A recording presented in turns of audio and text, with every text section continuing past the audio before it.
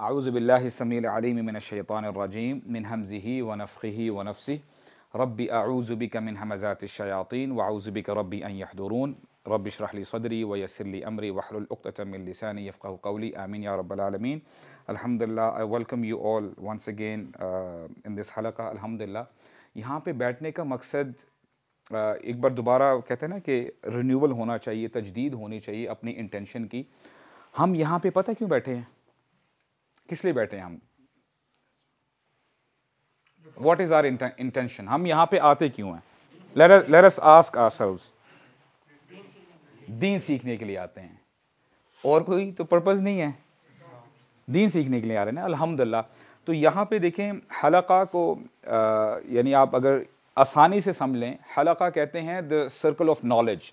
लोग दीन सीखते हैं, और मैं समझता हूँ कि it's high time for us to learn our दीन, क्योंकि उसकी वजह यह है कि दुनिया आज भटक रही है, दुनिया को हक की तलाश है, और हम अब बेवकूफ़ी कह लें या लाइल्मी कह लें या जहालत कह लें, अल्लाह ताला ने हमें इतना कमाल का दीन दिया है। Deen is basically a way of life. Allah Taala फरमाते हैं इन्न दीन इंदल्लाहिल इस्लाम। अल्लाह ताला के यहाँ जो एक्सेप्टेबल दीन है, एक्सेप्टेबल तरीका है ज़िंदगी गुजारने का, वो क्या है? क्या वो अपनी मनमानी करना है? जो दिल में आया वो कर लिया? नहीं, वो इस्लाम है। और अब आप मुझे बताएं कि अगर अल्लाह ताला ये फरमा रहे हैं कि मैं इस्लाम ही पसंद करता हूं तुम्हारे लिए, अब रब्बे जुल जलाल जिस चीज़ को पसंद करेंगे, क्या वो हमारे लिए फ़ायदेमंद होगी कि नहीं होगी? बहुत फ़ायदेमंद होगी। मसला पता है कि अभी हम जैसे अल्हम्दुलिल्लाह हम सारे हाँ में जवाब दे रहे हैं, लेकिन आया ये जो हमारी हाँ है, हमारे एक्शंस इसके साथ मिलते हैं? अगर मिलते हैं तो अल्हम्दुलिल्लाह एवरीथिंग इज़ गुड, कोई फिक्र की बात नहीं है। लेकिन अगर नहीं मिलते तो क्या यही वजह तो नहीं है कि हमारी ज़िंदगियों में मसले मसाइल ख़त्म ही नहीं हो रहे, मुश्किलात, परेशानियां, तकलीफ़ें, और यही वजह है फिर डिप्रेशन, मायूसी और ऐसी ऐसी कैफियत देखने को मिलती है। बंदा समझता है कि यार हम अब करें तो क्या करें।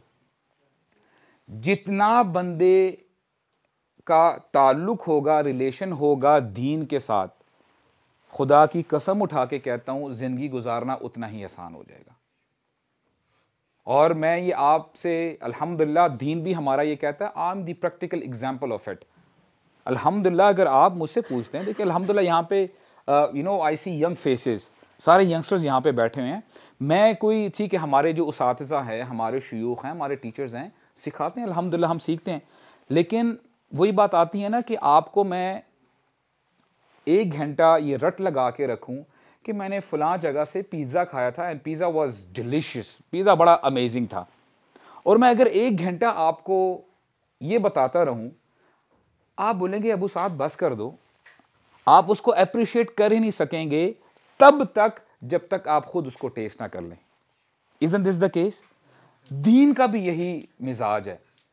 दीन, आप बार बार, आज जुम्मा था, आपने जुम्मे का खुतबा सुना, जाहिर बात है आपने दीनी बातें सुनी होंगी, आप कुछ वीडियोस ऐसे देख लेते हैं दीन के हवाले से, आप दीनी बातें सुनते हैं, लेकिन unless and until you don't taste it yourself, आप अप्रिशिएट नहीं कर सकेंगे। ये अल्लाह ताला पे भरोसा करके देखो तो सही, दीन पे चल के देखो तो सही, पहला कदम, पहला स्टेप लेके देखो तो सही, फिर देखो कि जिंदगी बेहतर हो रही है कि नहीं हो रही, फिर देखो कि अल्लाह ताला दिलों को मजबूत करता है कि नहीं करता। हम पता क्या चाहते हैं? अनफॉर्चुनेटली हम चाहते हैं कि हमारा जो लाइफस्टाइल जो हम गुजारना चाहते हैं, जो हम टीवीज में देखते हैं, जो हम मीडिया में देखते हैं, वो भी हमारा सिलसिला चलता रहे, और हमारी मुश्किलात भी, और हम आसानी से जन्नत का रास्ता भी हमारे लिए अल्लाह ताला क्लियर कर दें। It doesn't work like that brothers, ऐसे ऐसे नहीं चलेगा। और it's about time we wake up, हम जाग जाएं और अपनी रब की बात सुने। और मैं आपको हकीकत बता रहा हूं, जितनी जल्दी आप जागेंगे, जितनी जल्दी आपको इस चीज का एहसास होगा ना, उतनी ही जल्दी आपकी जिंदगी खूबसूरत हो जाएगी, आपको जिंदगी गुजारने का मजा आएगा, आपको अपने रब को याद करने का मजा आएगा, आपकी इबादत में अल्लाह ताला लज्जत पैदा कर देंगे। यही वजह है ना, हम फिर डाउट में आ जाते हैं। हम शिकायत करते हैं कि हम नमाज पढ़ते हैं, नमाज में दिल नहीं लग रहा।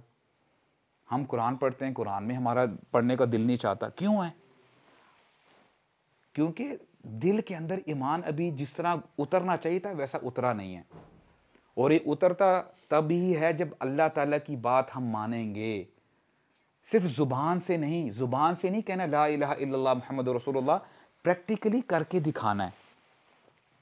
न जाने कितनी दफ़ा दिन में हमें ऑप्शंस मिल रही होती हैं कि एक जगह पे अल्लाह सुब्हानहू व तआला का फरमान होता है, नबी करीम सल्लल्लाहु अलैहि वसल्लम की सुन्नत होती है, दूसरी जगह में हमारी डिज़ायर्स होती हैं, हमारी शहवात होती हैं।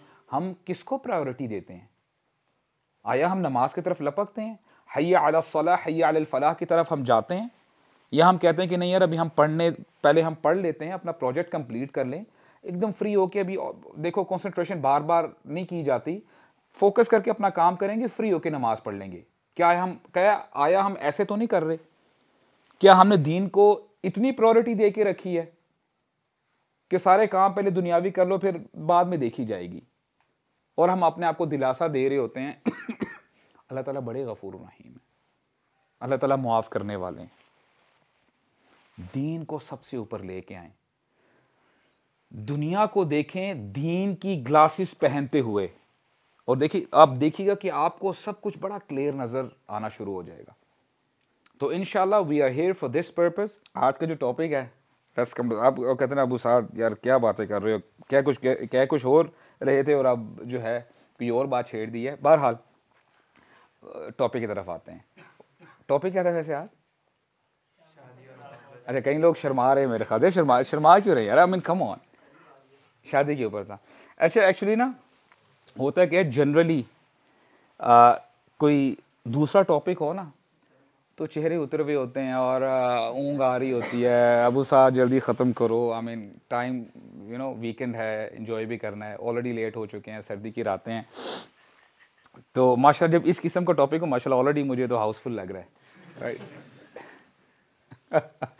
ओके, तो अब टॉपिक शादी का है, ठीक है। माशाल्लाह जिनको नहीं पता उनके भी चेहरे खिलने चाहिए वैसे, आप क्यों महरूम रहें।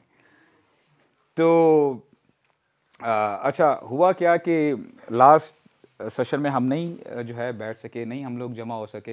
I had a sore throat, गला बैठा हुआ था। तो मैंने कहा ये ना हो कि आप बोलें यार अबू साद मज़ा नहीं आया लेक्चर का। और फिर मैंने जानबूझ के जो हमारा ग्रुप है उसमें मैंने डाल दिया था मैसेज कि टॉपिक बहरहाल मैरिज का था, इट वाज अबाउट लव। तो इंशाल्लाह नेक्स्ट टाइम बात करेंगे। उससे फ़ायदा एक ही हुआ, मुझे पर्सनल मैसेज करके डीएम पे जो दुआएं मिली हैं अल्हम्दुलिल्लाह, हो सकता है उन्हीं का सिला है कि मैं जल्दी ठीक हो गया हूँ। बारकल्लाह फीकुम, जिसने मुझे मैसेज किया या अल्लाह अबू साद को जल्दी ठीक कर दे। अल्हम्दुलिल्लाह ठीक, मैं वो दुआ रिपीट कर रहा हूँ एक्चुअली। तो हमारे ना एक बड़े अच्छे भाई हैं, he is a nice brother, वो जो F11 में मेरा हलका होता है वहाँ पे आते हैं, उनका नाम नहीं लेता मैं। तो पता नहीं एक दफ़ा जब मैं लेक्चर दे रहा था तो लेक्चर ख़त्म होने के बाद ना पता नहीं वह किस कैफियत में थे, कहते अबू साद शादी के हवाले से इज्तिमाई दुआ तो करवा दें। तो आई होप कि अगर उनको पता होता वो ज़रूर आते। तो बहरहाल अच्छा, टॉपिक आज अल्हम्दुलिल्लाह जी, I think it's a very relevant topic, शादी का टॉपिक है। और हो सकता है मैं कुछ लोगों को इंटरटेन ना कर सकूं, हो सकता है हमारे यहाँ कोई ऐसा बच्चा भी बैठा हो जिसकी 8 साल उम्र हो और मेरे ज़ुबान से ऐसे कोई अल्फाज निकल जाएं कि जी एक एज आती है, there is attraction between man and women, तो वो बच्चा कहे कि Abu Saad I mean what are you talking about, मुझे तो कोई अट्रैक्शन नहीं है। और ये भी कहे कि अबू साद तुम तो ऐसे नहीं थे, आई मीन तुम्हारी मैं तो तुम्हारी वीडियोस देख के इधर आया हूँ, आई मीन यहाँ पे तो कोई और मसला चल रहा है। तो फिर मैं उस बच्चे को कहूँगा बेटा अभी आपकी 8 साल उम्र है, जब 18 की होगी तब मेरे पास आना। तो ये है कि I won't be able to address everyone here, लेकिन इंशाल्लाह मैं उम्मीद करता हूँ कि अल्लाह ताला हमारा ये सेशन बेनिफिशियल बनाए, ख़ासकर वो हजरात जो शादीशुदा नहीं हैं और अगर जिनकी शादी भी हुई है, आई होप कि इंशाल्लाह कुछ अहादीस हैं, कुछ आयात जो हम पढ़ेंगे। अल्लाह ताला हमारे लिए उसमें बरकत अता फरमाए। अल्लाह ताला का नाम लेते हुए स्टार्ट करते हैं। देखें, शादी का जो रिलेशन है ना, इट्स वेरी वेरी एसेंशियल। और मैं बात स्टार्ट करने से पहले ना सबको एक रिक्वेस्ट ये करूंगा, जो भी आपके माइंड में शादी के बारे में कोई भी तासुरात हैं, कोई भी ख्यालात हैं, चाहे वो आपको अपने बड़ों से मिले हैं, चाहे वो आपको मीडिया देखते हुए मिले हैं, चाहे वो बॉलीवुड मूवीज़ हैं, और खुदा का वास्ता है बॉलीवुड मूवीज़ देखना बंद कर दें, क्योंकि उसकी वजह यह है कि it has corrupted the minds of the young people. I am very much serious. क्योंकि वो आपको ऐसा सुपरफिशियल जगह में ले जाता है ना कि दरख्त के इर्द गिर्द घूमना फिरना, और बंदा ख्याल में कहाँ से कहाँ पहुँच जाता है। तो ये मूवीज़ का असर है। ऑलराइट, तो आपने जो भी असर लिया हुआ है या जो भी सबकॉन्शियसली आपके ऊपर असर है ना, उसको आप न्यूट्रल कर लें और pretend as if you are listening this session for the first time. Neutral होकर सुनना है, अनबायस्ड होकर सुनना है। इंशाल्लाह मैं उम्मीद करता हूँ कि फ़ायदा होगा। क्योंकि अगर आप ऐसे कहेंगे ना, अबू साहब ये क्या बात कर रहे हैं, हमारे यहाँ तो ऐसे नहीं होता, हमने तो ऐसे नहीं देखा, हमने तो वो मूवी देखी थी उसमें तो कुछ और हो रहा था। तो प्लीज़ अगर आप वो न्यूट्रल हो जाएंगे ना, तो इंशाल्लाह आपको डाइजेस्ट करने में, इंशाल्लाह हजम करने में आसानी होगी। राइट, शादी का जो रिलेशन है ना, इट्स वेरी वेरी इंपॉर्टेंट। इसमें देखें, जो हमें दिखाया जाता है ना मूवीज़ में या ड्रामाज में कि दो बंदे हैं, उनमें आपस में मोहब्बत होती है और फिर थिंग्स ऑफ दैट सॉर्ट, और फिर उसके बाद जो भी उनकी आपस में खलवतें होती हैं और गाने वगैरह जो चल रहे होते हैं, इट्स मोर देन दैट। वो आपको फिर आगे नहीं दिखाते कि जब शादी होती है दो बंदों की, दो घराने आपस में मिलते हैं, दो फैमिलीज हैं, पूरा खानदान, एक खानदान दूसरे खानदान से मिलता है, उसके बाद वही खावंद और बीवी, उनके जब आगे बच्चे होते हैं, अब उनकी शादी अगर तो अच्छी चल रही है, हस्बैंड और वाइफ का अच्छा रिलेशन चल रहा है, ये डायरेक्टली हिट करता है, अफेक्ट करता है बच्चों को भी और पूरे फैमिली मेंबर्स को भी। अगर वो रिलेशन ठीक नहीं चल रहा, कोई मसले हैं, लड़ाई झगड़े हैं, कोई और मसले मसाइल चल रहे हैं, उसका भी नेगेटिव इफेक्ट सिर्फ उन दो बंदों तक महदूद नहीं रहता। कहां तक जाता है? बच्चों को भी पहुंचेगा उसका इफेक्ट, बच्चे भी खराब होने के चांसेस हैं, और सो मच सो वो बढ़ के खानदानों तक भी पहुंच जाएगा। तो इसको इतना एक इतना वो ये ना समझे कि बड़ा इजी टॉपिक है या बड़ा आसान मामला, शादी कर ली। हमारे यहाँ ना बड़ा बड़े क्वेश्चंस आते हैं, अबू साहब I want to marry such and such person. लेकिन अब देखें, ये हम क्यों कह रहे होते हैं? क्योंकि हमने जो चीजें देख देख के हम बड़े हुए हैं ना, हम ये समझते हैं कि शादी का कोई कोई बड़ी बात ही नहीं है, कोई मसला ही नहीं है। शादी is not always about love. मैं क्या कह रहा हूं, मुझे आपकी ना अटेंशन चाहिए होगी इंशाल्लाह, और कुछ ना कुछ हम टेक अवेज लेके जाए। Marriage is not always about love, marriage is about responsibility. ये जिम्मेदारी होती है। ये जो एक आपने एक फैंटेसी बनाई होती है ना, जो जवान है, नौजवान नस्ल है, कि जी ये होगा, वो कुछ शुरू के दिन होते हैं, हफ्ते होते हैं या महीने होते हैं, उसके बाद वो जो बुखार है ना, बुखार उतर जाता है, और फिर बंदा वो, इसलिए तो मुहावरे बने हुए ना, लतीफे बने हुए हैं। अगर कोई किसी को पता चल जाए ना कि आप शादीशुदा हैं, यानी अफसोस का इजहार कर रहे होते हैं, ओ यार मुझे बड़ा अफसोस हुआ सुन के। और जो बैचलर्स होते हैं वो शादीशुदा को ऐसे समझते हैं पता नहीं जैसे वो उनकी जिंदगी तबाह हो गई, यार नो। तो शादी इज ऑल अबाउट रिस्पॉन्सिबिलिटी, और उसमें जो लव का एस्पेक्ट है, मोहब्बत का एस्पेक्ट है, वो है अल्हम्दुलिल्लाह। वो होगा तो शादी का जो रिलेशन है वो अच्छे तरीके से गुजर सकेगा। अब देखें, जैसे मैंने कहा ना कि अब मेरा नहीं ख्याल हम में से कोई ऐसा शख्स है, ऐसा बंदा है जो ये कहे कि मैं सोशल मीडिया यूज़ नहीं करता। सब करते हैं ऑलमोस्ट, ठीक है। अगर मैं आपके हाथ अभी खड़े करवाऊं तो सबके हाथ जो है खड़े हो जाएंगे।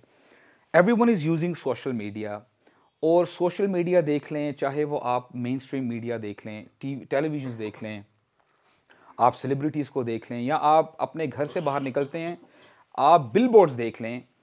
ये चीज़ें जब आप ऑपोजिट जेंडर की तरफ, किसी औरत की तरफ निगाह जब आपकी जाती है ना, ये सबकॉन्शियसली आपके माइंड में एक इंप्रेशन क्रिएट कर देता है कि I want my wife like this. आपने खूबसूरती का एक मयार बना लिया होता है कि मेरी बीवी ऐसी होगी या इससे भी अच्छी होगी।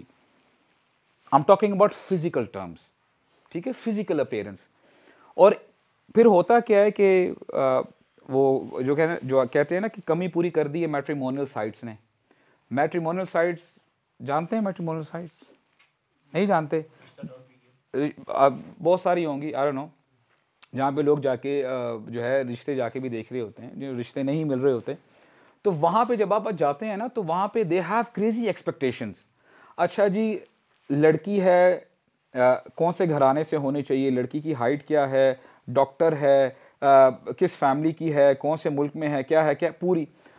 और सो मच सो उसमें फिर ऐसा हमें देखने को मिलता है, आपको एक ऐसी खातून नज़र आ जाएगी और उसकी जो हुलिया है, उसकी जो अपीयरेंस है, हो सकता है बंदा नॉर्मल देख भी ना सके। और फिर उसने लिखा ये होता है कि मैं I am looking for a religious spouse, कि मुझे एक जो है अच्छा लड़का चाहिए जो ख़ानदानी हो और मुसलमान हो, प्रैक्टिसिंग मुसलमान हो। तो ये एक हमारे ऊपर आप ये कह लें कि जो हमारे माहौल की तरफ से जो हमारे ऊपर प्रेशर डाल दिया जाता है ना, और फिर हम करते क्या हैं, जो यूनिवर्सिटीज़ में, कैंपसेस में, कॉलेजेस में, यूनिवर्सिटीज़ में होता है, देयर इज़ को एजुकेशन। और होता क्या है कि फिर अब ज़ाहिरी बात है, जब हमारे नबी सल्लल्लाहु अलैहि वसल्लम ने हमें बताया है कि जब एक मर्द और औरत दोनों अकेले होते हैं, इकट्ठे होते हैं, तो गैर महरम इकट्ठे होते हैं, तो तीसरा कौन होता है? शैतान होता है। इस पर गौर कीजिएगा और थोड़ा सोचें कि शैतान अगर तीसरा है, शैतान कभी भी भलाई का हुक्म देगा? वो हमेशा इस चीज का हुक्म देगा कि लिमिट्स को क्रॉस करो, क्योंकि शैतान यही चाहता है कि वो अपने साथ हर इंसान को, बनी आदम को, आदम की औलाद को अपने साथ जहन्नम में लेके जाए। और फिर होता क्या है, यही प्रोग्रामिंग मूवीज भी कर रही होती हैं हमारी, कि अब कोई मसला नहीं है, there is no problem in having relation with the other gender. लड़का लड़की से अगर कोई रिलेशन बिल्डअप कर ही लेता है, शुरू में हम अपने आप को ना धोखा दे रहे होते हैं, दिलासा दे रहे होते हैं कि वी आर जस्ट फ्रेंड्स, कि हमारे यहाँ यानी हमारे दरमियान में कोई ऐसे वैसी बात नहीं है। हम यहाँ मैं उसको अपना कोई प्रोजेक्ट दे देता हूँ या वो मुझसे कोई हेल्प मांग लेती है, दैट्स प्रीटी मच इट। अब आप मुझे बताएं, can a boy and a girl be friends? नहीं। लड़के बहुत खूब जानते हैं इस बारे में, लेकिन लड़कियों को बड़ा दिलासा देते हैं कि जस्ट फ्रेंड्स। और क्योंकि अल्लाह सुब्हानहू व तआला ने ना मर्दों को और औरतों को डिफरेंट पैदा किया है, फिजिकली, साइकोलॉजिकली। उनका अपना मिजाज है, मर्दों का अपना मिजाज है। और आपको पता होना चाहिए, ये बातें मैं आपसे क्यों कर रहा हूं, यू शुड नो कि अल्लाह ताला फरमाते हैं कुरान मजीद में, ज़ुय्यिना लिन्नासि हुब्बुश शहवात, मर्दों के लिए महबूब तरीन चीजें कौन सी हैं, अल्लाह ताला ने लिस्ट बताई है। और लिस्ट में टॉप पे पता कौन है? अन्निसा, औरतें। ज़ुय्यिना लिन्नासि हुब्बुश शहवात मिनन निसा, टॉप पे अन्निसा हैं, औरतें हैं, वल बनीन, फिर बेटे आते हैं। बंदे को बड़ा जो वालिद होते हैं, जो हस्बैंड होते हैं, अगर उनकी औलाद और बेटे हों, बेटों पे फख्र होता है बंदे को। वल बनीन वल क़नातिरिल मुक़न्तरति मिनज़ ज़हबि वल फ़िद्दा, और उसके पास अगर सोना चांदी हो तो उस पर भी फख्र करता है। और मर्द, उसकी मोहब्बत है इन चीज़ों से, लेकिन टॉप पे क्या चीज़ है? ख़वातीन, औरत। तो हु आर वी फूलिंग? हम किसको बेवकूफ़ बना रहे हैं? और फिर हम करते क्या हैं, अपने आप को झूठी तसल्ली देते हुए कि हम सिर्फ दोस्त हैं। आहिस्ता आहिस्ता फिर बात आगे बढ़ती है, बात इतनी आगे बढ़ जाती है, महीनों की बात नहीं कर रहा हूँ, सालों साल एक दूसरे के साथ इन्वॉल्व होते हैं और बात बहुत आगे तक बढ़ जाती है। और अपने हिसाब से सारी प्लानिंग बना ली होती है अपने माइंड में कि हम तो एक दूसरे के हस्बैंड और वाइफ हैं ऑलरेडी, हालांकि रियलिटी में कोई ऐसी सिचुएशन नहीं होती। ये अपने आप को तसल्ली, झूठी तसल्ली देते हुए वो काम कर जाते हैं जो कि सिर्फ हस्बैंड का वाइफ के साथ होना चाहिए रिलेशन और वाइफ का हस्बैंड के साथ होना चाहिए रिलेशन, और एंड में सब अपनी पूरी खिचड़ी पका के तब आके सवाल करते हैं कि अब हम अपने पेरेंट्स को बताएंगे। और फिर जाहिरी बात है, जब parents all of a sudden जब आप पेरेंट्स को ऐसे बता रहे हैं कि मैं फलां फलां शख्स से मोहब्बत करती हूं या मैं फलां फलां शख्स से मोहब्बत करता हूं, मोस्टली आपको ना ही सुनने को मिलती है। और फिर आपके माइंड में वो क्लिक कर जाती है, देखा मूवीज में भी ऐसा ही होता है, माँ बाप हमेशा अगेंस्ट ही होते हैं। फिर हमें सवालात आते हैं कि जी हमारे पेरेंट्स मान नहीं रहे, हमें क्या करना चाहिए। आपने खुद अपने आप को इमोशनली इन्वेस्ट किया है, आपने अपना टाइम लगाया है, और फिर होता यह कि जब पेरेंट्स नहीं मान रहे होते, सो मच सो बहुत सारे आपको ऐसे नौजवान मिल जाएंगे वो डिप्रेशन का शिकार हो जाते हैं। और मैं आपसे मजाक नहीं कर रहा हूं, this is happening. I hope माशाल्लाह यहाँ पे तो सब नेक लोग बैठे हैं, या हम लोगों की बात करें, ओके, अपने ऊपर बात नहीं लेनी। आई गेट मैसेजेस, अबू साद फलां फलां शख्स से मेरी लड़की से मैं मोहब्बत करता था, उसके घर वालों ने कहीं और शादी करवा दी, मैं 2-3 दफ़ा सुसाइड अटेम्प्ट्स कर चुका हूँ। And this is happening. मैं किसी नॉन मुस्लिम कंट्रीज़ की बात नहीं कर रहा हूँ, मुसलमानों की बात कर रहा हूँ। एक तो ये सिनेरियो है कि बंदा खुद ही अपने आप को बड़ा समझते हुए, गार्डियन समझते हुए सारी हदें क्रॉस कर जाता है। अच्छा, एक साइड तो ये है, दूसरी साइड ये है, आपको सुनने को मिला होगा, कई लोग ऐसे कहते हैं कि बेटा तुम्हें पता है मैंने शादी की थी, मैंने तुम्हारी माँ का चेहरा भी नहीं देखा था, और नो दे से इट लाइक दिस। अब अच्छा, एक ये एक्सट्रीम थी और ये एक्सट्रीम है। नबी करीम सल्लल्लाहु अलैहि वसल्लम ने फरमाया, और देखें बात समझने की, पता क्या है, हमारा दीन बड़ा बैलेंस दीन है। वकज़ालिक जअलनाकुम उम्मतन वसता, हमने तुम्हें बड़ा बैलेंस्ड बनाया है, तुम्हारी उम्मत को, उम्मत मोहम्मद सल्लल्लाहु अलैहि वसल्लम को बड़ा बैलेंस्ड बनाया है, मियाना रवि। हमारे नबी सल्लल्लाहु अलैहि वसल्लम के पास एक नौजवान आया, कहता या रसूल अल्लाह, मैं एक लड़की से शादी करना चाहता हूँ, तो मैं शादी कर लूँ? नबी करीम सल्लल्लाहु अलैहि वसल्लम ने उसको इंस्ट्रक्शंस दी कि पहले लड़की को देख लो, कि बाद में तुम्हें रिग्रेट ना हो कि मैंने क्या कर दिया है। तो ये नबी करीम सल्लल्लाहु अलैहि वसल्लम की ही हिदायत हैं, नबी करीम सल्लल्लाहु अलैहि वसल्लम की ही सुन्नत है कि अगर किसी ने शादी करनी है किसी के साथ तो देखना जायज़ है, लेकिन ये नहीं कि खलवत में अकेले में मिल रहे हैं कि जी मैं पहले एक दूसरे को हम जानेंगे पर्सनली तब हम आगे देखेंगे। No, this is not the case. ये सही चीज़ नहीं है, ये सही तरीका नहीं है। हाँ, if you want to meet each other, तो उसके लिए करना क्या चाहिए कि एक दूसरे के जो गार्डियंस हैं, फॉर एग्जाम्पल, बात इतनी आगे बढ़ाने से बेहतर है कि लड़का भी और लड़की भी अपने पेरेंट्स के साथ अच्छे तरीके से इन अ डिसेंट मैनर ये बताए कि जी I like such and such person, तो आप काइंडली जाके उनसे मजीद बात करें। ऑलराइट, जब आप इस तरह कहेंगे ना, और अगर माँ बाप या गार्डियंस इनकार करते हैं, तब आपको इतना दुख नहीं होगा, क्योंकि आपने अपने आप को इतना इमोशनली उस रिलेशन में इन्वॉल्व नहीं किया हुआ। हाँ, प्रॉब्लम तब होती है जब आपने ऑलरेडी, अल्लाह ताला हमें बचा के रखे, आपने सारी लिमिट्स क्रॉस कर चुके हैं आप, और फिर आके आपके माइंड में तो ये था कि जी मेरे पेरेंट्स को मैं अभी बताऊंगा और वो राजी हो जाएंगे, लेकिन ऐसा नहीं होता। तो this is the right way कि इंसान को जो नौजवान है, चाहे वो लड़का है लड़की है, उनको अपने पेरेंट्स को बताना चाहिए, फिर जाके जो है इस चीज़ को आगे बढ़ाना चाहिए। इंशाल्लाह मजीद हम जो Q&A करेंगे, चलो उसमें हम मजीद इस चीज़ में डिस्कशन करेंगे। मैं आपके सामने ना इंशाल्लाह 2 अहादीस रखूँगा, ब्यूटीफुल अहादीस। और अहादीस बताने का मकसद ये है कि हम यहाँ पे जो आते हैं ना आधे घंटे के लिए, 1 घंटे के लिए, सिर्फ अपना ईमान बूस्ट करने के लिए नहीं होना चाहिए। नबी करीम सल्लल्लाहु अलैहि वसल्लम की जो बताए हुए जो तरीके हैं, जो उनकी सुन्नत है, उनको हम अपनी ज़िंदगियों में इम्प्लीमेंट करें, क्योंकि इसी तरह ही आप अपने आप को बेहतर इंसान बना सकेंगे। क्योंकि हम सब किसी ना किसी एंगल में लैक करते हैं, हम सब चाहते हैं ना बेहतर हों, हम अपना कैरेक्टर अच्छा करें, अपने आप को बिल्ड करें स्पिरिचुअली, तो जो भी आपको कोई अच्छी बात कोई बताता है विच इज़ ऑथेंटिक, जी अल्लाह ताला इस तरह फरमाते हैं, नबी करीम सल्लल्लाहु अलैहि वसल्लम का तरीका ये था, नबी करीम सल्लल्लाहु अलैहि वसल्लम ने हमें ये तरीका बताया है, एक एक कर करके अपनी पर्सनैलिटी में वो चीज़ लेके आए। और फिर एक वक्त आएगा, फिर जब आप मुड़ के देखेंगे ना अपने आप को कि पहले मैं क्या था, अल्हम्दुलिल्लाह अल्लाह की तौफीक से अभी मैं बहुत बेहतर इंसान बन गया हूँ। You have to take the first step, पहला स्टेप लेके देखे तो सही। तो ये सोचते हुए इस इंटेंशन के साथ इंशाल्लाह हम ये हदीस सुनते हैं।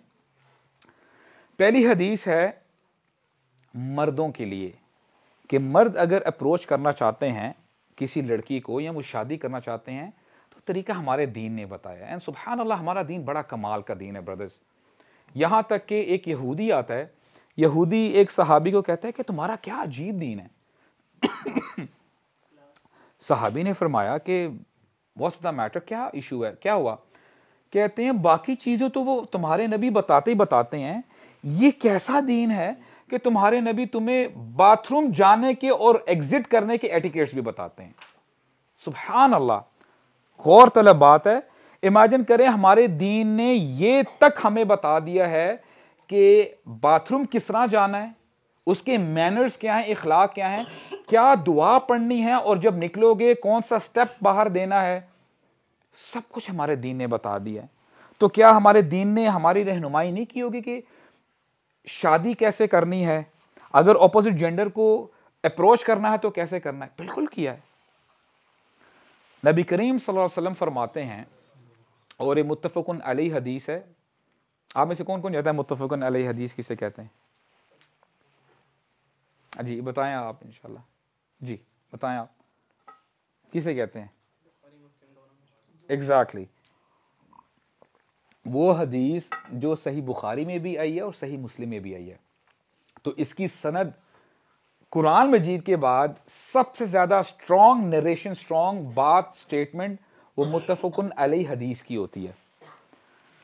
नबी करीम सल्लल्लाहु अलैहि वसल्लम फरमाते हैं, तुनकाहुल मरअतु लिअर्बा, औरत से 4 चीजों की वजह से शादी की जाती है। Either of this 4, लिमालिहा, लिहसबिहा, लिजमालिहा, लिदीनिहा। जिसकी वजह से औरत से शादी की जाती है, उसकी वेल्थ की वजह से, उसके माल की वजह से।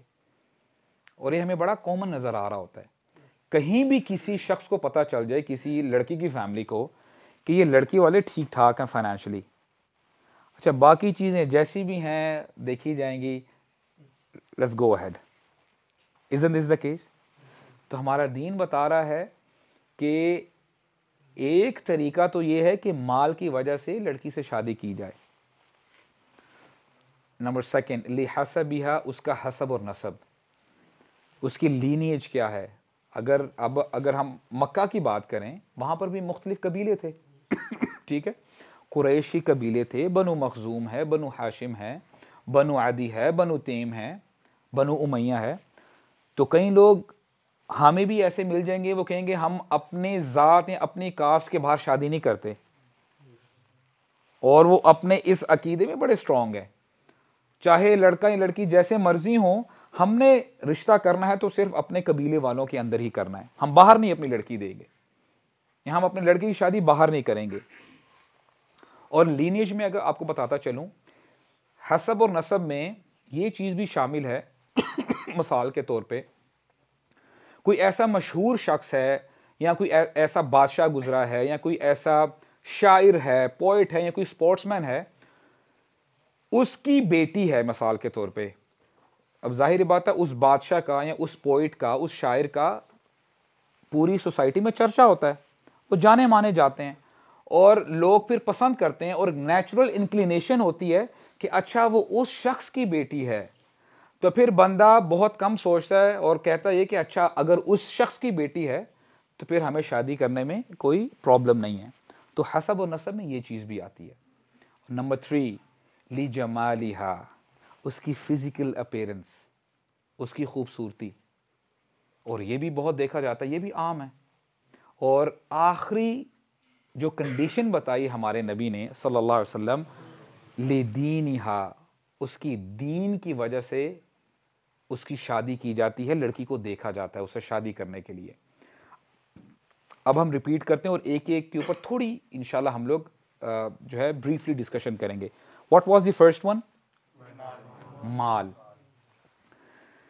देखिए, माल का जहां तक सवाल है ना, स्कॉलर्स कहते हैं कि एक हद तक ये एक वैलिड रीज़न है। मिसाल के तौर पे अगर लड़की मालदार है या वो अच्छी फैमिली में बिलोंग करती है और अगर उसकी शादी किसी ऐसे बंदे से हो जाती है जो फाइनेंशियली स्ट्रांग नहीं है, तो पॉसिबिलिटी है कि शादी में कुछ मसले मसाइल पैदा हो जाए, क्योंकि लड़की का तौर तरीका अच्छा गुजरा होगा फाइनेंशियली, उसको किसी चीज़ की कमी नहीं होगी। लेकिन अब चूंकि पहले वो जो इश्क का भूत था कि जी मैंने शादी करनी है, वो चीज़ें कुछ अरसे बाद जब चली जाती हैं तो फिर प्रॉब्लम्स शुरू हो जाती हैं, प्रॉब्लम स्टार्ट हो जाती हैं।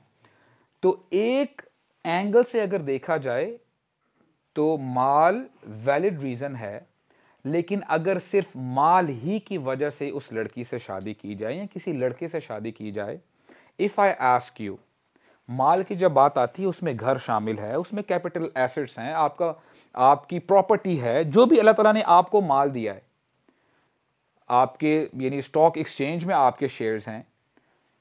आप मुझे ये बताएं कि क्या ऐसा हमने देखा नहीं है बारहा कि लोग बड़े अमीर होते हैं लेकिन फाइनेंशियल क्रंच आता है और प्रॉब्लम्स होती है, फैक्ट्रीज में आग लग जाती है और मुश्किल पेश आती है, तो बंदा कहां से कहां पहुंच जाता है, माल खत्म होने में टाइम नहीं लगता। अगर बंदे ने सिर्फ माल देकर शादी की है तो इसका मतलब ये हुआ जब माल खत्म हो जाएगा तो फिर तो इसका मतलब शादी का जो पर्पस था वो भी खत्म हो गया। Do you get the point? अगर किसी का सिर्फ माल देकर शादी करने का उसका मकसद है, उसका पर्पस है, तो देयर इज अ पॉसिबिलिटी कि अगर माल खत्म हो जाए तो फिर इसका मतलब शादी भी ज्यादा देर तक चल नहीं सकेगी। तो ये ऑप्शन आप साइड पे करें। Option number 2, what was the option number 2?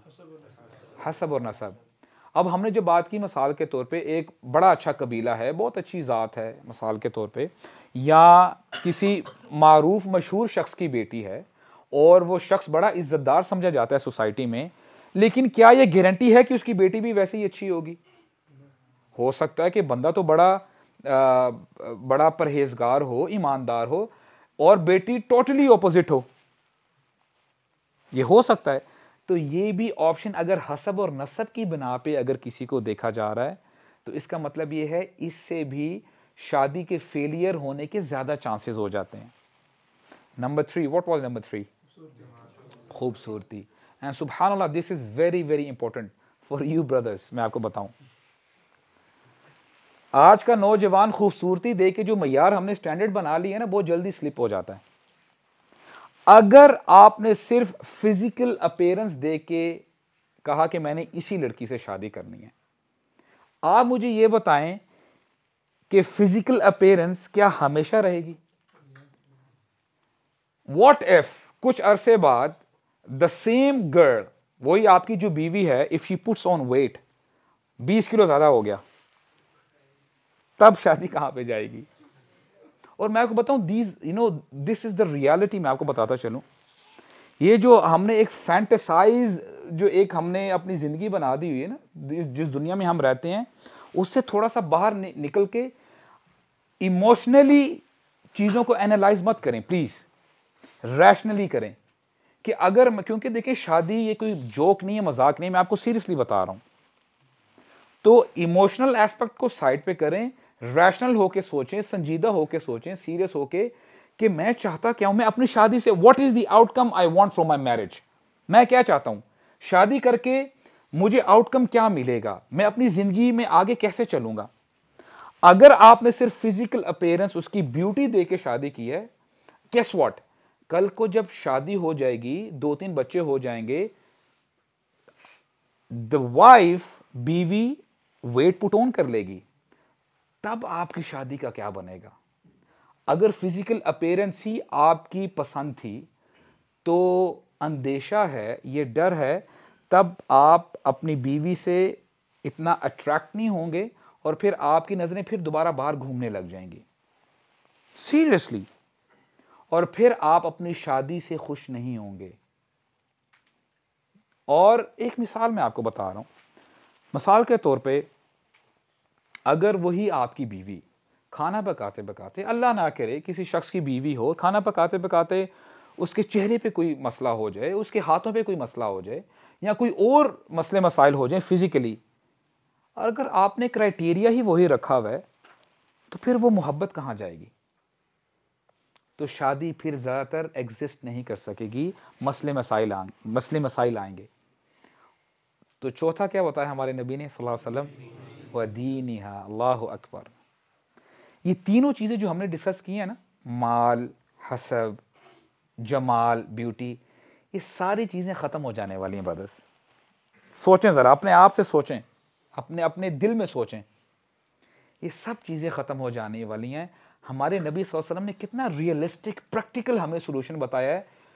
उस औरत को चूज़ करो, उस लड़की को चूज़ करो जिसके अंदर दीन है, क्योंकि दीन हमेशा रहेगा, वो जवानी में भी रहेगा, बुढ़ापे में भी रहेगा। और फिर आगे हमारे नबी बताते हैं सल्लल्लाहु अलैहि वसल्लम, फज़फर बिज़ात दीन।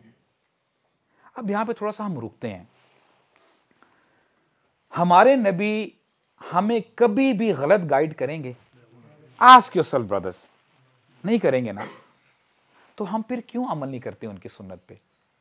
तो फिर हम क्यों अमल नहीं करते उनकी बताई हुई बातों पे?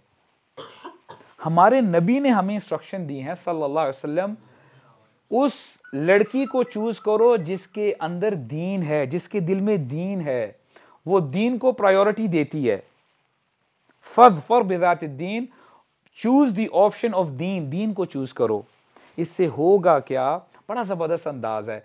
हमारे नबी ने आगे मजीद गारंटी दे दी, इससे उम्मीद है कि तुम जिंदगी में भी कामयाब हो जाओगे और आखिरत में भी कामयाब हो जाओगे। तो ये एक बड़ी जो है जबरदस्त हदीस है। तो इसको इंशाल्लाह प्रैक्टिकली सोचें और इसको इंप्लीमेंट करें। और मैं आपको गारंटी देता हूं, अगर आप इस हदीस पे फोकस करते हुए अमल करेंगे ना, हमारे नबी करीम सल्लल्लाहु अलैहि वसल्लम, एक तो ये हमने फैक्ट एस्टैब्लिश कर लिया है, वो कभी भी हमें गलत गाइड नहीं करेंगे, राइट? और हमारे नबी सल्लल्लाहु अलैहि वसल्लम वही बात कहते हैं जो अल्लाह ताला की तरफ से होती है। सुभान अल्लाह, उस पर अल्लाह ताला की मोहर भी होती है, क्योंकि अल्लाह ताला फरमाते हैं वमा यंतिकु अनिल हवा, ऐ मेरे बंदो, मेरा नबी कभी भी अपनी डिजायर से बात नहीं करता, अपनी तरफ से बातें नहीं बनाता, वो बात वही कहता है, इन हुआ इल्ला वहयु यूहा, जो मैं वही करता हूं, उसके दिल पे उतारता हूं, वो वही उसकी जुबान से जारी होता है। तो जिस बात की गारंटी, जिस बात की इंस्ट्रक्शन हमारे रब और हमारे नबी दे रहे हैं सल्लल्लाहु अलैहि वसल्लम, तो हमें राइट लेफ्ट देखने की जरूरत है? किसी और का सजेशन चाहिए हमें? खुदा की कसम, दीन के होते हुए हमें किसी की गाइडेंस, किसी की इंस्ट्रक्शन नहीं चाहिए, क्योंकि अल्लाह ताला फरमाते हैं अल-यौम अकमलतु लकुम दीनकुम व अतममतु अलैकुम निअमती। हज्जतुल विदा के मौके पर अल्लाह ताला ने आयात नाजिल की। अल्लाह ताला फरमाते हैं आज के दिन मैंने तुम्हारे लिए तुम्हारा दिन मुकम्मल कर दिया है। वो अतममतु अलैकुम निअमती, खुदा का वास्ता है, गौर से सुनिए। अल्लाह ताला फरमाते हैं मैंने अपनी नेमत तुम पर इत्माम कर दी है, कंप्लीट कर दी है। ये दीन नेमत है, वल्लाही नेमत है, अल्लाह ताला की तरफ से नेमत है ये। वरदीतु लकुमुल इस्लाम दीना, सुभान अल्लाह, मैं तुम्हारे लिए दीन इस्लाम पर राजी हो गया। अल्लाह ताला राजी हो जाते हैं, अल्लाह ताला हमारे लिए राजी हो गए दीन इस्लाम पे। तो दीन आपके लिए आसानी पैदा करने के लिए आया, मुश्किल पैदा करने के लिए नहीं आया। एक और हदीस है इक्वली इंपॉर्टेंट, इंशाल्लाह इसके बाद हम थोड़ी सी बात करेंगे, फिर हम इंशाल्लाह वाइंड अप करेंगे। नबी करीम सल्लल्लाहु अलैहि वसल्लम फरमाते हैं, पहली हदीस थी कि जब मर्द शादी करना चाहे तो औरत में क्या चीज देखे। अब यहां पे औरतों को इंस्ट्रक्शन दी जा रही है, जब वो शादी करना चाहें तो उनको क्या देखना चाहिए बंदे के अंदर। इज़ा जाअकुम मन तरदौन दीनहु व खुलुकहु फज़व्विजू, बड़ी कमाल की हदीस है, इसको आप याद कर लें और अपनी जिंदगियों में इंप्लीमेंट करें। हमारे नबी ने फरमाया सल्लल्लाहु अलैहि वसल्लम, और ये जो लड़की वाले हैं ना, जो लड़की के माँ बाप हैं, वो भी गौर से सुने।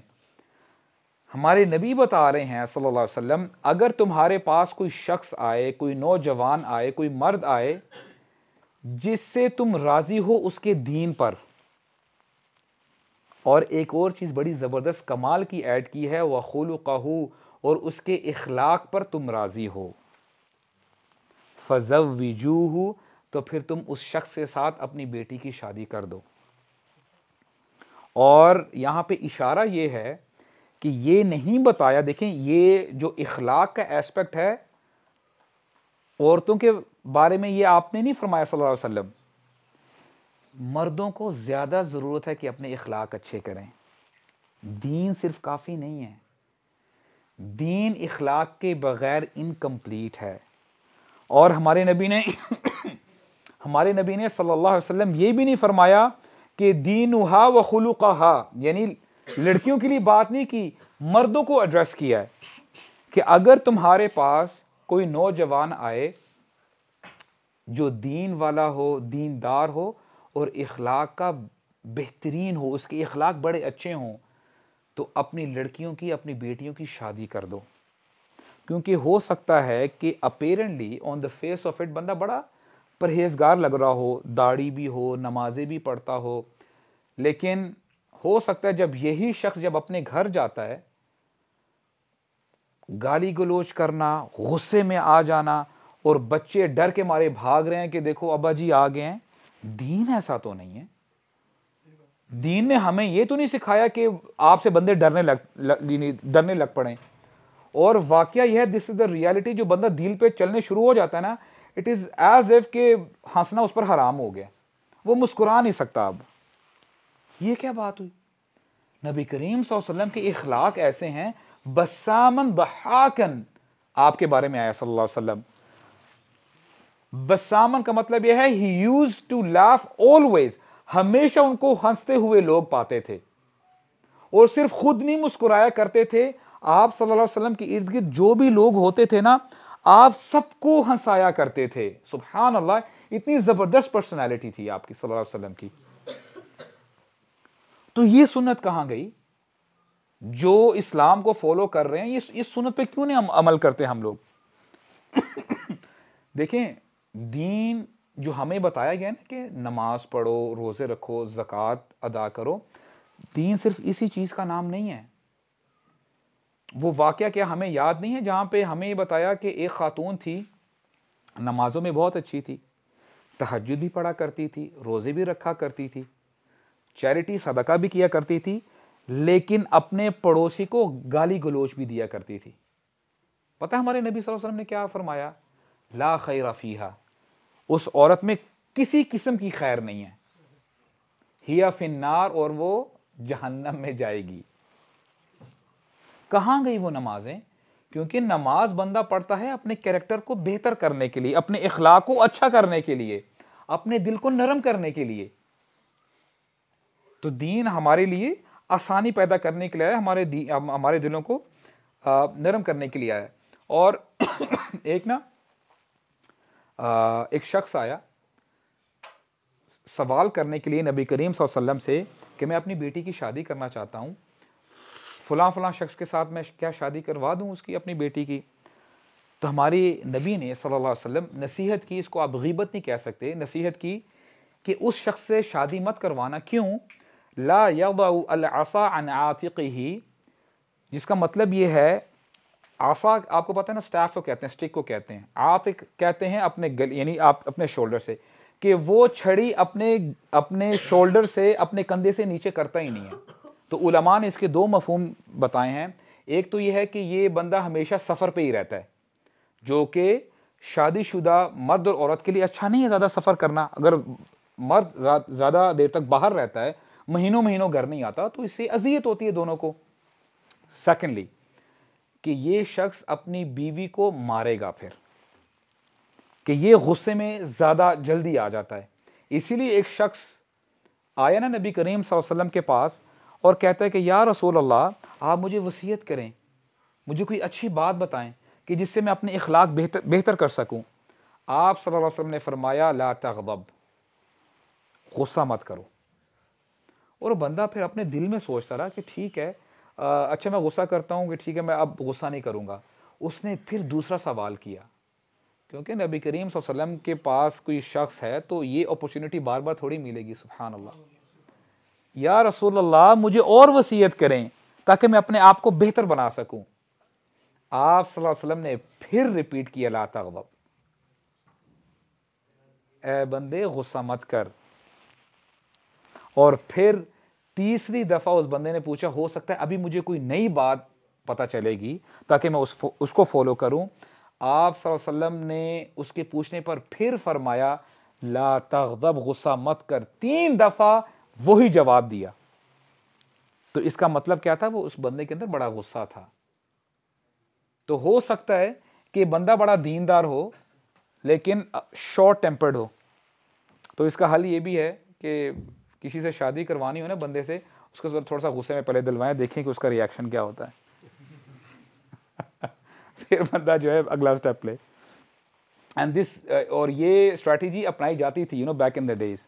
लोग बंदे से जब शादी करवानी होती थी ना, उसको जानबूझ के गुस्से में उसको ऐसी बातें करके कि वो गुस्से में देखे तो सही करता क्या है। कुछ सहाबा बैठे हैं और नबी करीम सल्लल्लाहु अलैहि वसल्लम ने फरमाया, अतदरून अमल मुफलिस, ए मेरे सहाबा क्या तुम्हें पता है कि मुफलिस कौन है? हम उर्दू में भी कहते हैं ना मुफलिस। अगर मैं आपसे पूछूं हमारे यहाँ मुफलिस कौन है? जिसके पास माल नहीं होता। हम कहते हैं जो गरीब है, जिसके पास माल नहीं है। सहाबा इकराम ने कहा, या रसूल अल्लाह, अल मुफलिस फीना, हमारे दरमियान मुफलिस वो है मन ला दरहम वला मता, कि जिसके पास ना दरहम है ना कोई उसके पास मता है, मालो मता नहीं है उसके पास। अब देखें दीन क्या कमाल का दीन है। It gives you the reality. नबी करीम सल्लल्लाहु अलैहि वसल्लम फरमाते हैं, मेरी उम्मत का मुफलिस ये नहीं है जिसके पास माल नहीं है, मालो दौलत नहीं है, ये नहीं है। मेरी उम्मत का मुफलिस वो है, याती यौमुल क़ियामती, वो शख्स मुफलिस है जो क़यामत के दिन आएगा, पहाड़ जितने उसकी नेकियां होंगी।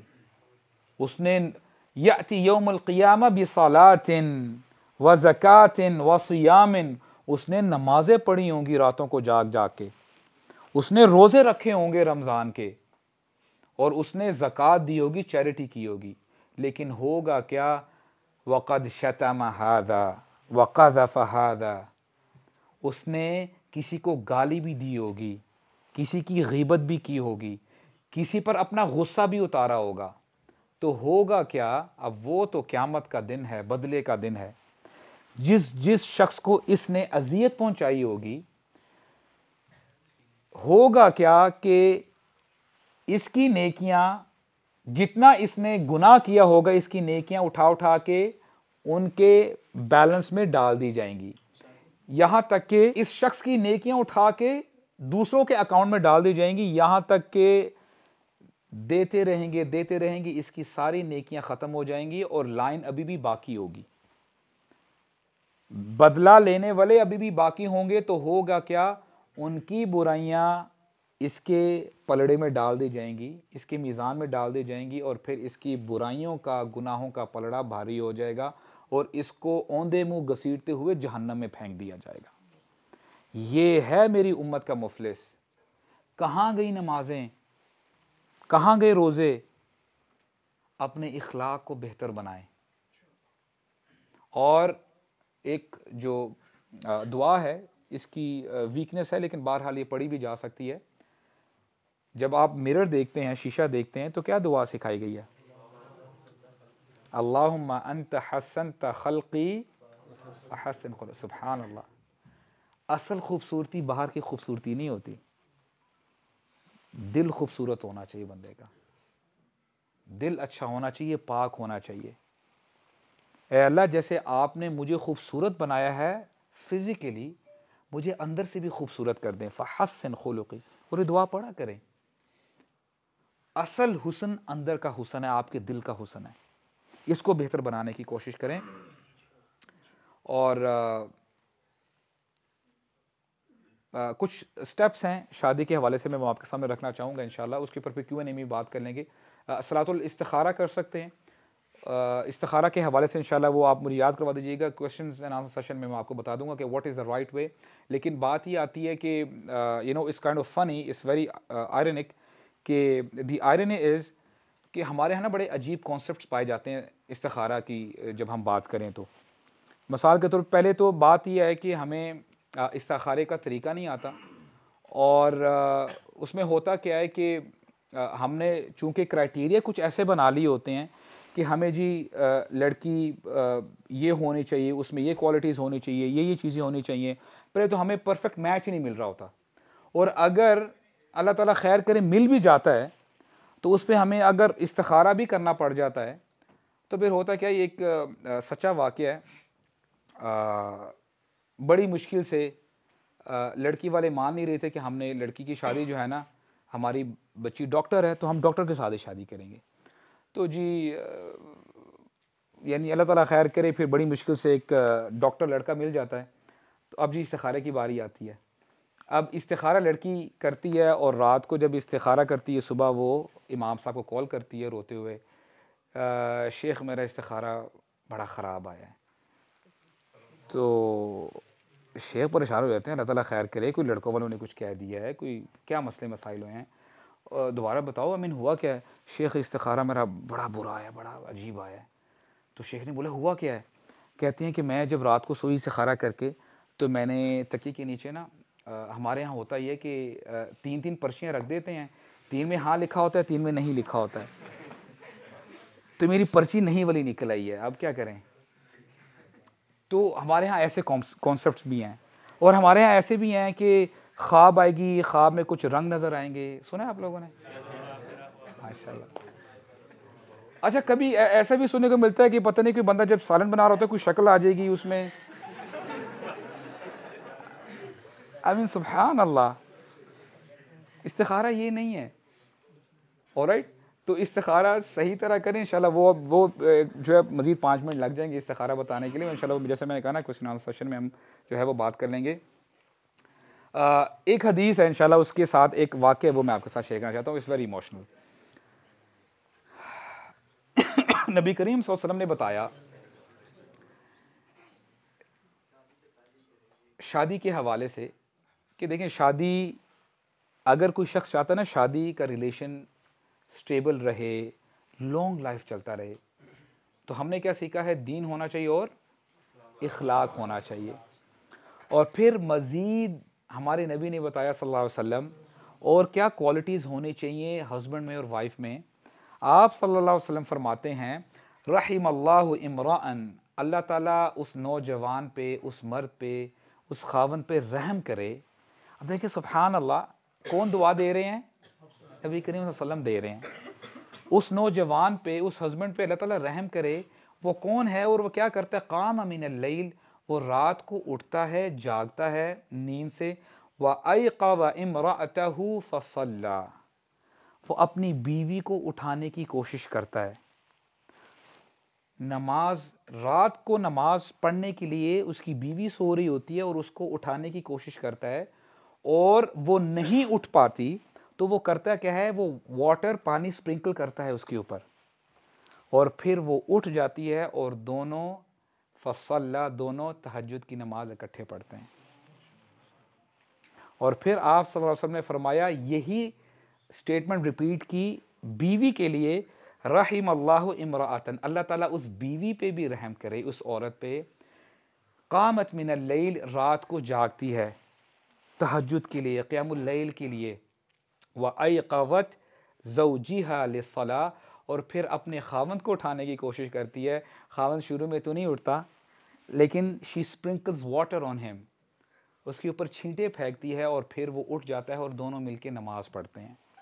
हम में से कितने लोग हैं जो ये करते हैं? सुभान अल्लाह, जो शादीशुदा हैं। आप तो नहीं शादीशुदा की मैं बात कर रहा हूँ। सुभान अल्लाह। अब यहाँ पे नबी करीम सल्लल्लाहु अलैहि वसल्लम गारंटी दे रहे हैं कि अल्लाह ताला की रहमत नाजिल होगी। और अगर अल्लाह ताला की रहमत नाजिल हो तो कोई है ताकत जो इस रिलेशन को, इस बॉन्ड को तोड़ सके? नहीं। और एक सच्चा वाक़या आपके सामने में पेश करता हूँ, उसके बाद इंशाल्लाह वाइंड अप करेंगे, ऑलरेडी लेट हो चुका है। एक शेख हैं, सच्चा वाक़या सुनाते हैं।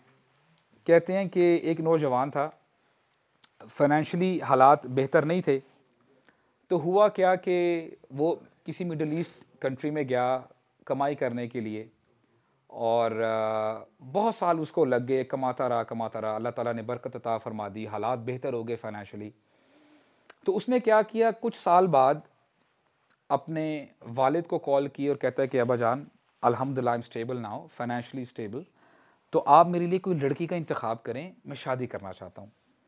और उसके लड़के के जो वालिद थे वो इमाम थे मस्जिद के, माशाल्लाह अ वेरी राइचियस मैन। जैसे हम कहते हैं ना, देखिए हम फिजिकल अपीयरेंस देख के लोगों को जज कर रहे होते हैं कि ये बड़ा दीनदार है, लेकिन दीनदार अभी हमने इस्टेब्लिश किया फैक्ट, दीनदार वही है जो अंदर से भी दीनदार हो, जो उसका जाहिर है अंदर से भी बातिन भी वैसा ही होना चाहिए। और सुभान Allah, the other day I was sitting with my sheikh, वो यही कह रहे थे, बोलते हैं कि अगर आपका बातिन साफ है, नरम है, अच्छा है, तो उसका जो इजहार है वो आपके आपके जो है, जो जाहिर है उस पर भी हो रहा होता है। जो अंदर है वो बाहर नजर आएगा, और जो बाहर है वो अंदर नजर आएगा। तो कहते हैं कि बड़े नेक दिल थे, नेक दिल इंसान थे उनके वालिद। तो कहते हैं ठीक है बेटा, मैं आपके लिए कोई लड़की ढूंढता हूँ। और बेटा माशाल्लाह बड़ा जो है उसको कॉन्फिडेंस होता है, मुतमईन होता है कि मेरे अब्बा जी अच्छी लड़की ही ढूंढेंगे, और कहते हैं कि अब्बा जी आप जो भी मेरे लिए लड़की पसंद कर लेंगे ना, इंशाल्लाह मुझे कोई उसमें प्रॉब्लम नहीं होगी और मैं शादी कर लूँगा। अच्छा जी अब्बा जी, लड़की का इंतखाब कर लेते हैं, और यह है कि शादी भी हो जाती है। अब उस लड़के ने लड़की को देखा नहीं होता, वो अपने घर आ जाता है वापस फ्लाई करके। तो अब जब एयरपोर्ट पे उसकी बीवी जब और जो है फैमिली मेम्बर्स रिसीव करते हैं, अब the wife she is wearing a well, निकाब पहना हुआ है, अब चेहरा नज़र नहीं आ रहा। होता क्या है कि रात हो जाती है, this is the first night, और हस्बैंड वाइफ अकेले हैं रूम में, और जब वाइफ अनवेल करती है, अपना पर्दा हटाती है, ये नौजवान ही इज़ शॉक्ड, शॉक में चला जाता है कि मेरे अब्बू ने इस औरत से मेरी शादी करवाई है। सो टू से, जैसे हम कहते हैं ना कि जो हमने एक स्टैंडर्ड बना दिया हुआ खूबसूरती का, उस स्टैंडर्ड के मुताबिक नहीं होती वो लड़की, कि मेरे अब्बा जी ने इस लड़की के साथ मेरी शादी करवा दी है। और वो इतना परेशान हो जाता है, डिप्रेस्ड हो जाता है। तो फिर डिप्रेस होके जो है वो कहता है कि इट्स ऑल राइट, फिर वो सो जाता है। तो होता क्या है कि रात का जब तीसरा पहर आता है, यही उसकी बीवी अपने खावंद को, और ये सच्चा वाक़या मैं आपको सुना रहा हूँ, अपने खावंद को उठाने की कोशिश करती है कि रात की नमाज का वक्त हो गया है, और एक बार उठाती है, खावंद नहीं उठ रहा होता, कहता है कि मैंने नहीं उठना।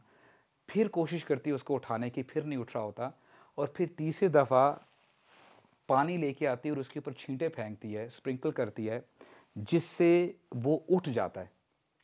और जब उठ जाता है ना, तो अब ये जो उसकी बीवी है उसको कहती है कि मैं आपका शुक्र कैसे अदा करूं, क्योंकि आपसे शादी से पहले, जब मेरी आपसे शादी नहीं हुई हुई थी, तो मैं अल्लाह ताला से दुआ मांगती थी कि अल्लाह मैं तो खूबसूरत भी नहीं हूँ, तो मुझसे कौन शादी करेगा।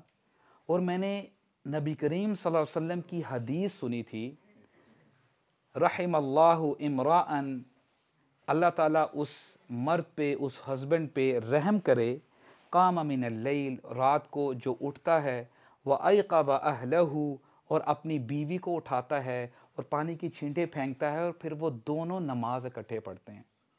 और मैंने ये हदीस पढ़ी है, रहिमल्लाहु इमराअतन, उस औरत पे, उस बीवी पे अल्लाह ताला रहम करे कि जो रात को उठती है और फिर अपने शोहर को उठाने की कोशिश करती है और पानी की छींटे फेंकती है, और अपने खावंद को उठा के दोनों नमाज पढ़ते हैं। तो मुझे ये डर था कि ये हदीस पे मैं कभी भी इम्प्लीमेंट नहीं कर सकूंगी, ये हदीस मैं कैसे पूरी कर सकूंगी। आपकी वजह से ये हदीस, आज मुझे अल्लाह ताला ने मौका दिया है कि मैं इस हदीस पर अमल करूं। मैं आपकी बहुत शुक्रगुजार हूं, और मैं आपसे ये रिक्वेस्ट करती हूं कि हदीस का जो बकिया पोर्शन है वो आप इसको कंप्लीट करें।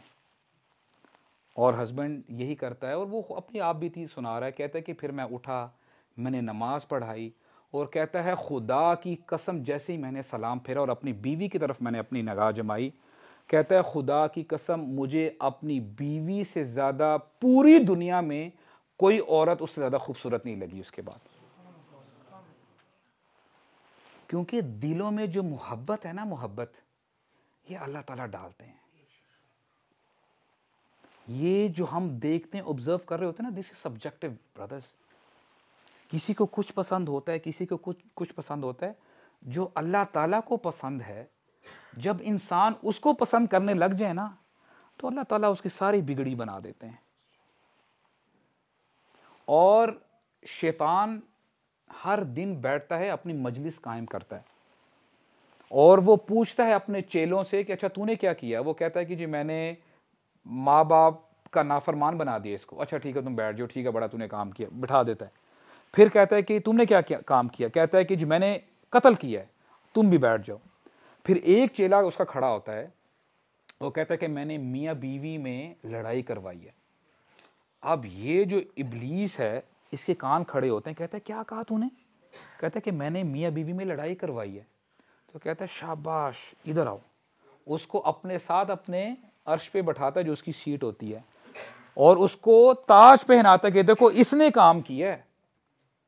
और शैतान वो है, शैतान और उसके चेले, कि वो तुम्हें ताकते हैं उस जगह से कि तुम उनको नहीं देख सकते। ये है तुम्हारा दुश्मन। इन्नहु लकुम अदुव्वुम मुबीन। तो ऐसा अगर दुश्मन हो तो उससे बचने के लिए वैसा ही पार्टनर चाहिए जो आपका हाथ पकड़े और आपके साथ आपको जन्नत में लेके जाए। This is what you call true love. मैं आपको बताऊं, और ये बिल्कुल ठीक बात है।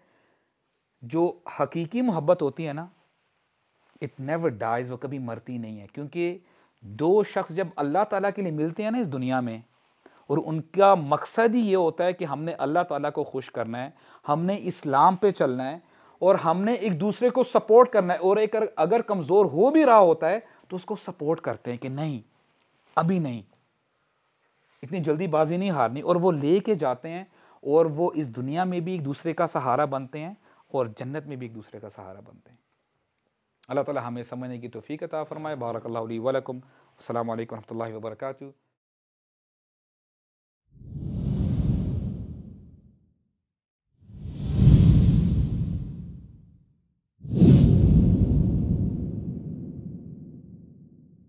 We at Youth Club strive to convey true message of Islam. आइए आप भी हमारे साथ इस कार्य खैर में शामिल हो जाइए। हमारे पैट्रियन और बैंक डिटेल्स डिस्क्रिप्शन में मेंशन्ड है। सपोर्ट यूथ क्लब, सपोर्ट दावा, व जज़ाकुमुल्लाह खैरन।